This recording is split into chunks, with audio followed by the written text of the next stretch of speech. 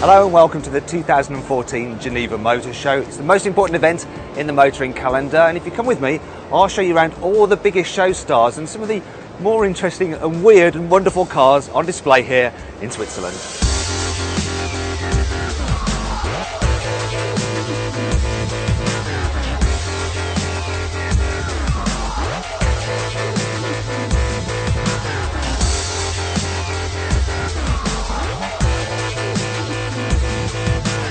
There were plenty of new cars at this year's Geneva Motor Show, ranging from the sublime to the ridiculous. But let's kick off with something a little more normal.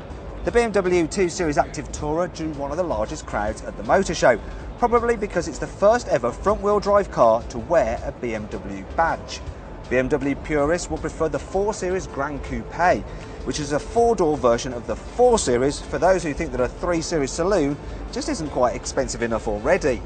Lamborghini's Gallardo replacement, the 610 horsepower Huracan, also attracted loads of attention, as did the gorgeous looking Mercedes S-Class Coupe with its cool lines and luxurious interior. Mini had a concept version of its Clubman at the show, which this time round gets 2 proper rear doors, while the Volkswagen T-Roc hints at what the next generation Tiguan will look like. At a busy motor show, sometimes you've got to find somewhere where you can just chill out a little bit, and this Clarkson mobile office is a little bit of tranquility amongst the madness of this event, so if you'll excuse me. There are very few surprises at a motor show these days, but Maserati had one in the form of the Alfieri concept. It points at a new range-topping GT based on the Gran Coupe.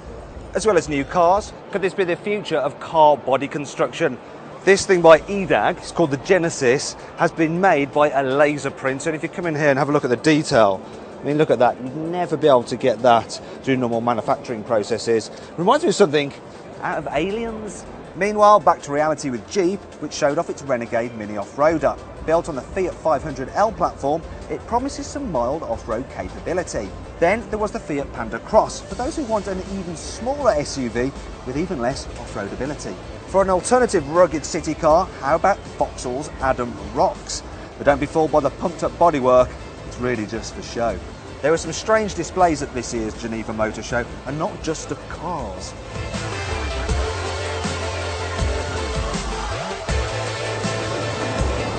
Surely that's against human rights. So much for the Geneva Convention. Anyway, back to 4 wheels and a new Suzuki. The Celerio is a replacement for the Alto and is due to go on sale soon for just over £7,000. If small cars are your thing, then how about the new Toyota Aygo or its French counterparts, the Citroën C1 and Peugeot 108. These cars go on sale in July, priced from around £9,000.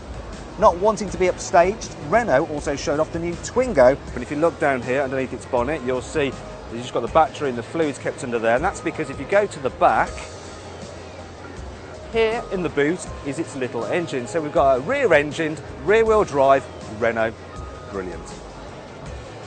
Also brilliant was Skoda's new Vision C concept, which previews a new 5-door hatchback coupe that will arrive in 2016 as a better value alternative to the Mercedes CLA. There were a few facelifted cars unveiled in Geneva too, such as the redesigned Nissan Juke. However, can you tell what the updates are? It's easier to spot them on the new Ford Focus though, as the car gets the firm's more aggressive nose, which we've already seen on the Fiesta.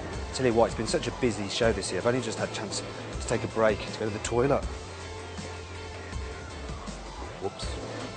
While I go for a pee-pee, here's a look at the new TT. Oh, sorry about that folks, it's a terrible joke. Anyway, the new model looks very similar to the old model, but then that's no bad thing. The new TT will go on sale in autumn for around £28,000. Audi also showed off the S1, which has a 2-litre turbo with 228 horsepower. It can crack 60 in under 6 seconds and costs almost £25,000. For that much, you could have a very unique piece of office furniture. Welcome to my office. Now, people say that the kind of furniture you decide to surround yourself with says a lot about you as a person. So, what does this say about me? Let's get back to some cars, or be them concepts, in the form of the Hyundai Intrado. It hints that the Korean firm is planning a Nissan Juke rival. A more thinly veiled show car was the Honda Civic Type R concept. The production version won't go on sale until next year, but based on this, it will be no shrinking violet. Meanwhile, fellow Japanese manufacturer Mazda showed off a concept version of its next 2. The firm reckons the striking design combined with the new 1.5 litre diesel engine will double sales of its Super Mini. Want something more powerful? Then how about the Ferrari California T? It has a 3.8 litre turbocharged V8 which produces 560 horsepower and 50% more torque than the old naturally aspirated car.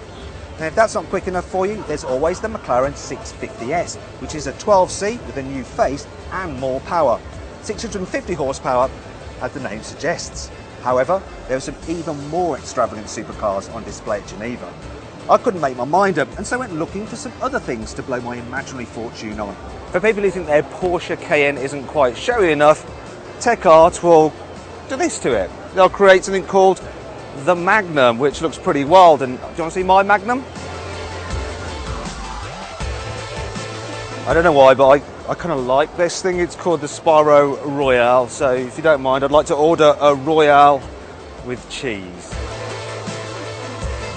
Now I was wondering if I should get one of these or 2 of these. I can have one in each colour because I can't decide which one I like best.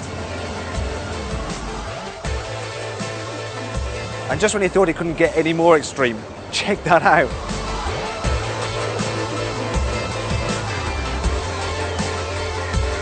Well, I hope you've enjoyed our roundup of the 2014 Geneva Motor Show. There's been some brilliant new cars on display here. There's been some strange cars on display here.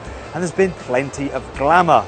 Now, I must have walked a fair few miles going from stand to stand, so if you'll excuse me, I think I deserve a beer.